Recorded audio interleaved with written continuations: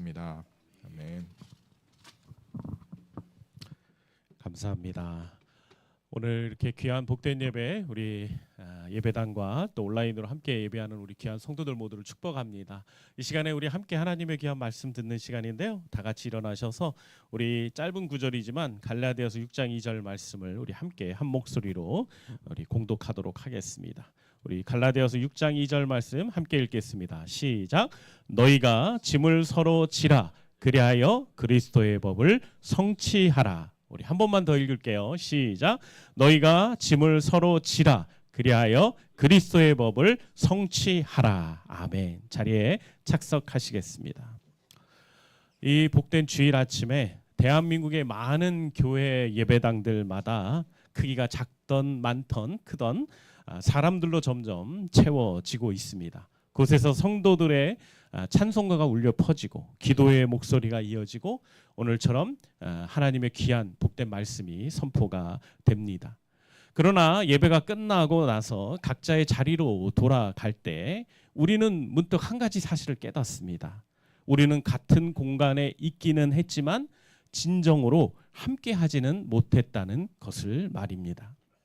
현대 교회들이 직면한 여러 가지 위기가 있는데 그 중에서 바로 이런 아쉬움과 결핍이 지금 우리에게 문제가 좀 되고 있습니다.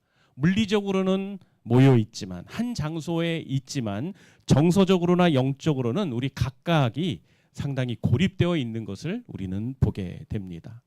우리는 각자 자기 삶의 무게만 지고 있고 옆 사람의 무거운 짐을 잘 보지 못하고 있습니다. 아니 어쩌면 우리가 볼 생각조차 안 하고 있는지도 모르겠습니다. 이러한 현상은 단순히 교회 공동체만의 문제가 아닙니다. 현대사회 전반에 걸쳐져 있는 개인주의와 경쟁 중심의 문화가 사람들로 하여금 이런 결핍과 아쉬움을 갖게 하는 것 같습니다. 하늘 가족으로 구성된 교회 공동체도 이런 결핍과 아쉬움이 있는 것은 이러한 사회적 분위기와 흐름이 교회 안으로 침투한 결과라고 할 수 있을 것입니다. SNS 시대를 살아가는 우리 수백 명 사랑하는 성도들도 그리고 많은 사람들이 수백 명, 수천 명의 친구를 가지고 있지만 정작 깊은 대화를 나눌 사람은 안타깝지만 점점 줄어들고 있습니다. 이는 교회 공동체 안에도 마찬가지인 것 같습니다. 코로나19 팬데믹은 이러한 문제를요 더욱 가속시킨 것 같고요. 비대면 예배가 일상화되기 시작하면서 우리는 물리적 거리두기를 넘어서서 마음의 거리두기까지 스스로 학습하게 되었습니다. 온라인으로 예배를 드리는 것이 편리하다는 이유로 사람들은 점점 더 교회 공동체로부터 멀어지고 있습니다. 예배는 개인의 영적 소비 행위로 전락을 해버렸고 소그룹과 부서 활동은 취사 선택을 할 수 있는 옵션이 되어버리고 말았습니다. 그러나 여러분 성경을 보면 성경이 교회의 본질에 대해서 이야기할 때는 전혀 다른 모습들이 펼쳐지고 있는 것을 우리는 보게 됩니다. 사도행전은 초대교회 성도들이 모든 것을 서로 통용하고 마음을 같이 해서 성전에 모이기를 힘썼다라고 이야기하고 있습니다. 집에서 떡을 떼며 기쁨과 순전한 마음으로 음식을 나누었다라고 기록하고 있습니다. 이들에게 신앙은요 개인의 영역이 아니라 함께 나누고 함께 짊어지고 함께 살아가는 공동의 여정이었던 것입니다. 그래서 히브리서 기자는 모이기를 패하는 어떤 사람들과 같이 하지 말고 오직 권하의 그날이 가까움을 볼수록 더욱 그리해야 한다라고 성도들에게 권면하고 있습니다. 여기서 모이기는 단순히 같은 장소에 있는 것을 말하는 것뿐만 아니라 서로를 격려하고 세워주기 위한 적극적인 교제와 친교를 의미한다는 것을 아마 여러분도 잘 이해하고 계실 것입니다. 바울은 고린도 교회에 보낸 편지에서 교회를 그리스도의 몸으로 비유하고 있습니다. 한 지체가 고통을 받으면 모든 지체가 함께 고통을 받을 수밖에 없고 한 지체가 영광을 받으면 모든 지체가 함께 기뻐한다라고 말하고 있습니다. 이것이 바로 성경이 말하는 교회의 모습입니다. 서로의 기쁨과 슬픔을 나누고 서로의 짐을 함께 지는 공동체, 이것이 진정 코이오니아이고 그리고 하나님이 우리에게 원하시는 교회의 모습인 것입니다. 오늘 바울은 갈라디아 교회 성도들에게 너희가 짐을 서로 져야 한다라고 이야기하고 있습니다. 그래서 그걸 통해서 그리스도의 법, 사랑의 법을 성취해야 된다라고 교훈하고 있습니다. 이것은 타인의 짐을 함께 나누는 것으로 구체화될 수 있을 것입니다. 사실 바울이 이 서신을 갈라디아 교회에 보냈을 때요, 교회 공동체는 굉장히 시끄러웠습니다. 문제가 많았습니다. 율법주의자들의 가르침으로 인해서 큰 혼란이 교회 공동체에 가득했었습니다. 유대주의자들은 구원을 위해서는요, 할례를 받고 율법을 지켜야 한다라고 주장을 했었습니다. 이런 이들의 주장은요, 교회를 분열시켰고 성도들은 서로를 판단하고 정죄하는 풍토가 만연해 있었습니다. 이런 상황 가운데 바울은 이러한 상황들을 해결하기 위해서 오늘 이 말씀을 권면하고 있는 것입니다. 서로를 정죄하고 판단하고 단절하기보다는 서로의 짐을 나누어지면서 그리스도의 법을 성취하라고 오늘 명령하고 있는 것입니다. 오늘 본문 2절에 나오는 성도들의 서로의 짐이라고 할 때 그 짐, 바레라고 하는 이 헬라어 단어는요, 매우 무거운 짐을 이야기합니다. 견디기 힘든 짐을 이야기하고 있는 거예요. 그냥 가벼운 짐이 아닙니다. 생각보다 어렵고 힘든 짐을 이야기하는 겁니다. 이것은 한 사람이 혼자선 절대로 감당하기 어려운 무게를 가리키고 있는 것입니다. 이것은 범죄한 형제의 영적 회복, 삶의 고난의 문제, 시험, 연약함 등이 모두 여기에 포함되어 있는 것입니다. 그런 무거운 짐이기 때문에 서로에게 나누어질 것을 오늘 명령하고 있는 건데, 이 명령을 현재 진영이라는 그런 문법적인 원칙을 가지고 바울은 권면하고 있습니다. 이것은 무슨 말이냐면 지속적으로 계속해서 성도들이 실천해야 할 의무라는 것입니다. 그냥 한 번 지고 마는 게 아니라는 거예요. 우리가 그리스도인으로서 성도로서 이 땅을 살아갈 때, 교회를 이루어갈 때 우리는 늘 서로의 짐을 나누어지기 위해서 노력해야 한다는 것을 강조하고 있는 것입니다.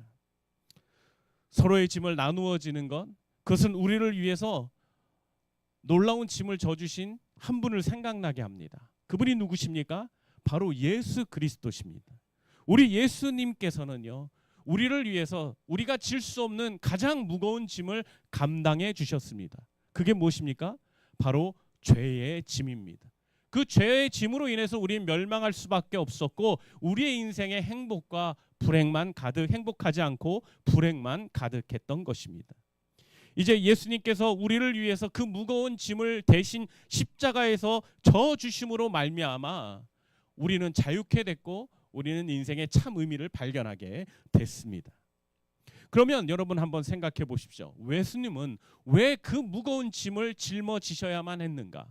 왜 예수님은 우리의 그 어려운 짐을 대신 져 주기로 결정하셨는가? 그 이유는 우리가 너무나 잘 알고 있습니다. 그 이유가 뭡니까? 바로 우리를 사랑하시기 때문입니다. 주님이 우리를 위해서 그 무거운 십자가를, 우리의 무거운 그 죄의 짐을, 해결할 수 없는 짐을 져주신 이유는 딱 하나입니다. 무엇 때문에요? 우리를 사랑하시기 때문인 것입니다. 그래서 우리는 예수님이 우리를 위해 대신 이 짐을 우리도 같이 지기로 결단해야 하는 것이 참 예수 그리스도를 닮아가고 그리고 성도의 모습이라고 할 수 있는 것입니다.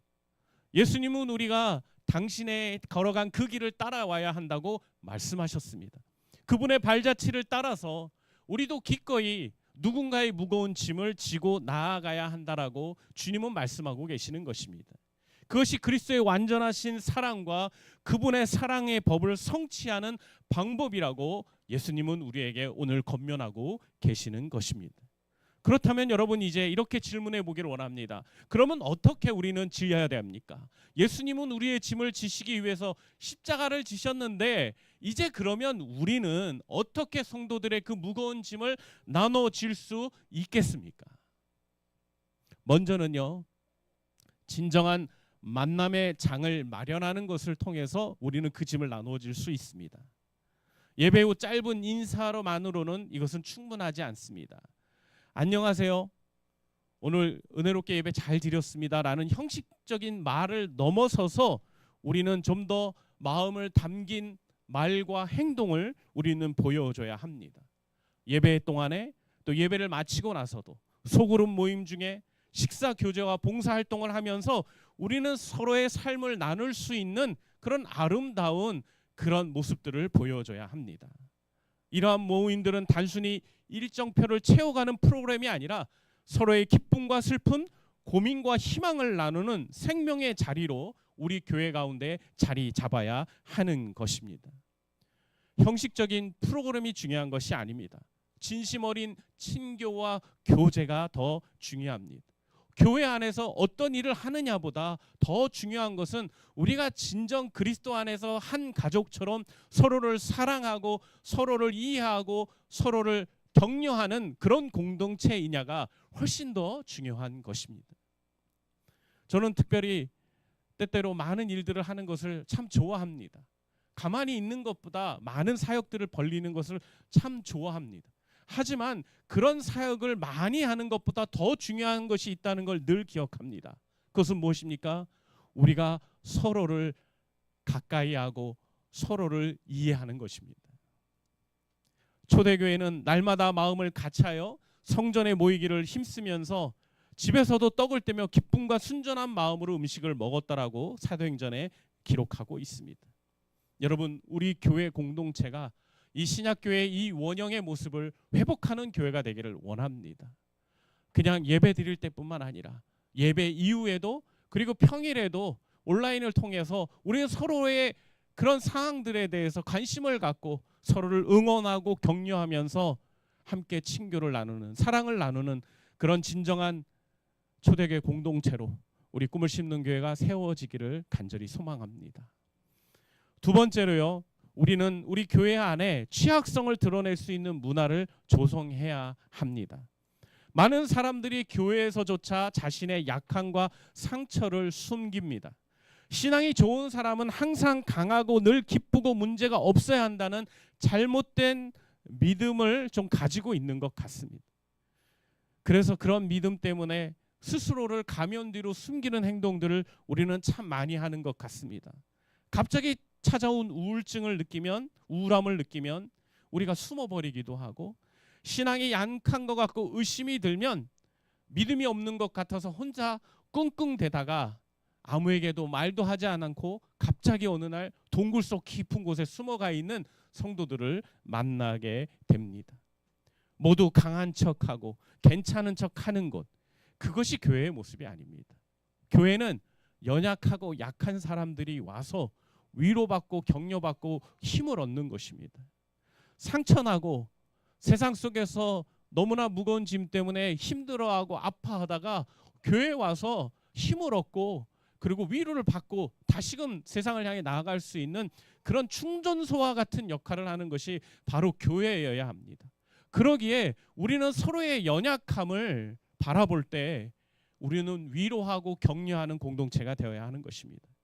그들의 연약한 부분들을 이해해주고 기도해주고 함께 해주기로 마음 가운데 결단하는 그런 공동체가 진정한 하나님이 기뻐하시는 공동체의 모습이라고 믿습니다. 사도 바울도 이렇게 고린도후서에 고백했죠. 내가 약할 때 곧 강함이라. 우리가 약하면 약할수록 우리 그리스도께서 우리에게 능력으로 역사하실 것입니다. 아멘이십니까? 우리가 약하고 연약한 지체를 볼 때마다 우리가 그들에게 힘이 될 수 있다는 것을 우리는 스스로 느낄 수 있게 될 것입니다. 저는 우리 교회가 성공만 얘기하고 뭔가 잘된 것만 얘기하는 것이 아니라 실패도 나눌 수 있고 눈물도 나눌 수 있고 도움도 기꺼이 요청할 수 있는 그런 안전한 공간이 될 수 있었으면 좋겠습니다. 그러기 위해서 먼저 교회 직분자들이, 교회 리더들이 그러한 연약한 성도들을 돌봐주고 아끼고 그리고 회복시켜가는 그런 일에 앞장설 수 있었으면 좋겠습니다.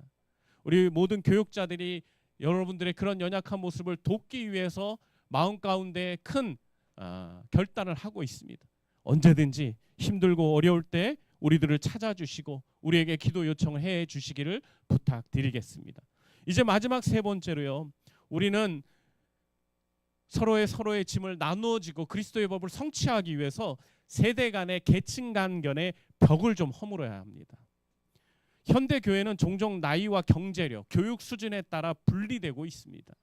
청년부, 장년부, 노년부로 나뉘어서 각자의 예배와 모임을 따로 갖고 있습니다. 물론 그렇게 하는 것은 의미가 있고 중요한 목적이 있습니다. 그런 세대들을 한데 모아서 그들에게 맞는 메시지와 프로그램을 운영하기 위해서 어쩔 수 없이 그렇게 선택하고 있지요. 하지만 그렇게 분리만 돼서는 안 되고 우리는 늘 하나 되어줄 수 있는 공동체로 세워져야 하는 것입니다. 각 세대의 특성을 고려한 목회도 피났지만 우리 모두가 함께 할 수 있는 귀한 공동체 사역들, 모임들, 분위기들 이런 것들이 이루어져야 하는 것입니다. 우리가 연초에 교육자들과 모임을 하면서 우리가 이런 제안을 함께 나눈 적이 있습니다. 우리가 함께 예배드리는 연합 예배를 한번 우리가 기획을 해보자. 우리가 그렇게 하는 고민을 가지고 있는 이유는 딱 하나입니다. 우리가 하나 되어야 하기 때문입니다. 그리스도 안에서 서로의 짐을 나눠주는 하나님 기뻐하는 그런 공동체를 세우기 위해서는 세대 간의 어떤 구분과 분별과 분리보다는 우리가 연합하고 하나 되는 일들이 우리 교회 가운데 이루어져야 하기 때문입니다. 그런데 그러한 일들이 이루어질 때 우리 각자가 느낄 수 있는 불편함이 있어요. 아이들이 함께 예배드리게 될 때 어른들은 아이들의 수준에 낮아져야 합니다. 왜냐하면 아이들은 어른 수준으로 올라갈 수 없기 때문인 거예요. 우리가 낮아져서 아이들 눈높이에서 아이들과 함께 예배드릴 수 있도록 여러분이 찬양 시간에 율동도 막 해야 되고, 그리고 목사님이 이야기할 때 목사님의 근엄한 뭔가 영적 권위 있는 그런 말투가 아니라 아이들 가르치는 말투로 여러분이 말씀을 들어야 합니다. 그런 말씀을 들을 때 어떤 분들은 기분 나쁠 거예요. 뭐 날 어린애로 알아? 왜 목사님 저런 식으로 말하는 거야? 이런 불편함이 생길 수 있다는 거죠. 하지만 여러분, 우리는 주 안에서 하나 된 가족입니다. 모든 세대가 하나로 이루어져야 합니다. 그러기 위해서 우리는 서로의 불편함을 무릅쓰고 이해하면서 우리 모두가 주 안에서 하나 될 수 있는 그런 기회를, 그런 장을 우리가 함께 만들어 가야 하는 것입니다. 그렇게 할 때 우리 교회가 정말 하나님이 기뻐하시는 서로의 짐을 나눠줄 수 있는 교회가 될 수 있는 것입니다. 특별히 교회 안에 이런 세대 간의 갈등뿐만 아니라 계층 간의 갈등도 참 많이 있습니다. 우리는 다 사실 비슷한 수준의 삶을 영위하고 있죠. 그러나 어떤 교회들, 인원들이 많아지는 대형 교회나 이런 것들 가면요, 친교를 해도 뭔가 보이지 않는 간격들이 있어요.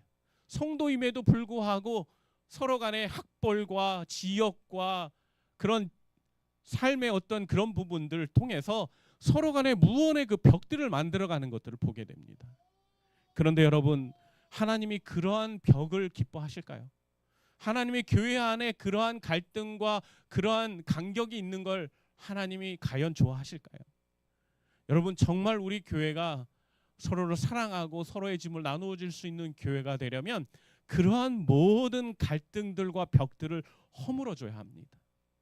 교회 안에서 리더십을 행사하는 분들이 그런 부분들을 위해서도 노력하겠지만 우리 성도들 한 사람 한 사람들이 서로를 대할 때 어떠한 선입견이나 편견 없이 성도들을 그저 그리스도가 사랑하시는 한 영혼으로 바라볼 수 있어야만 하는 것입니다. 내가 볼 때 조금 기준에 못 미치고, 내가 볼 때 좀 이상한 것 같고, 내가 정말 용납하기 어려운 성격을 가지고 있는 사람도 다 그들 모두가 그리스도가 사랑하시고 그리스도가 그 사람을 위해서 십자가를 지셨다는 생각을 갖고 우리는 서로를 이해하고 받아주고 용납해주는 그런 교회 공동체로 우리는 세워져야만 하는 것입니다. 갈라디아서 3장 28절에 보면 이렇게 되어 있죠. 율대인이나 헬라인이나 종이나 자유인이나 남자나 여자나 다 하나다라고 되어 있습니다.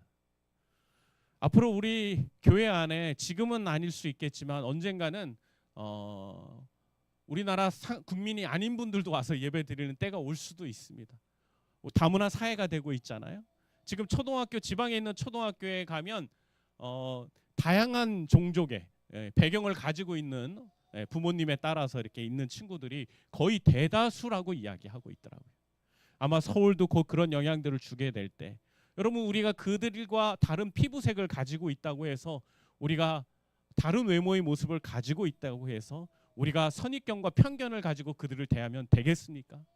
아마 우리 성도들의 수준은 높기 때문에 아마 그러지 않을 거라고 생각합니다. 그러나 그 수가 점점 많아지고 우리가 뭔가 어떤 문제가 생길 때 우리는 자연적으로 그런 부분에서 뭔가를 구분짓기 시작할 수 있다는 거예요. 저는 우리 교회가 결코 하나님 앞에서 그러지 않았으면 좋겠습니다. 그러기 위해서는 지금부터 우리가 우리의 마음 가운데 나와 좀 달라도, 나와 가치관이 다르고 생각이 다르고 말투가 달라도 그를 내 형제로 이해하고 내 소중한 주님의 자녀로 이해하면서 서로의 짐을 나누어지고 사랑으로 대하겠다는 결단이 우리 가운데 이루어질 수 있었으면 좋겠습니다. 그리스도의 법을 성취하고 완성해 가는 건요, 일상의 작은 실천에서 시작됩니다.